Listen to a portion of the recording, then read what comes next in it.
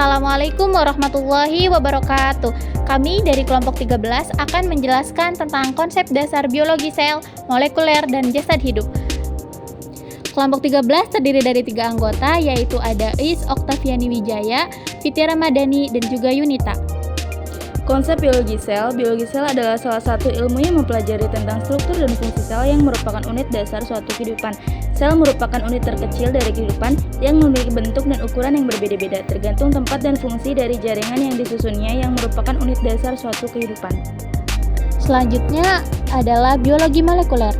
Jadi biologi molekuler ini merupakan ilmu yang mempelajari biologi pada tingkat molekuler atau pada tingkat terkecil, molekul di dalam dan di antara sel, termasuk sintesis, modifikasi, mekanisme, dan interaksi molekuler. Biologi molekuler adalah ilmu multidisiplin karena mencakup biologi sel, biokimia atau studi tentang protein, struktur dan sintesisnya, dan genetika atau studi tentang hukum Mendel, kromosom, dan gen.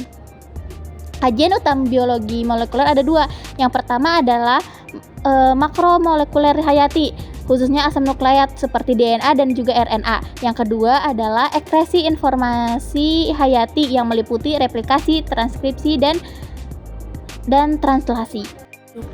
Sistem klasifikasi atau penggolongan makhluk hidup mengalami dinamika perubahan sesuai dengan perkembangan teknologi ilmu pengetahuan.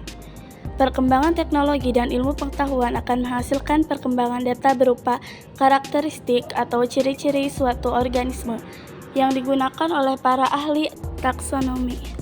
Dalam bab ini yang dibahas adalah tentang penggolongan sel berdasarkan struktur ultrasel. Berdasarkan struktur ultrasel, maka sel dapat digolongkan menjadi 2 kelompok, yaitu sel eukariot dan sel prokariot. Sel prokariotik merupakan sel yang tidak mempunyai membran inti, sedangkan eukariotik merupakan sel yang memiliki membran inti.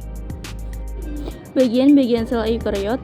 1. Nukleus adalah inti sel tempat terdapatnya kromosom yang tersusun dari materi genetik DNA. Dan kedua, ribosom adalah organel sel yang berfungsi sebagai tempat berlangsungnya sistem protein.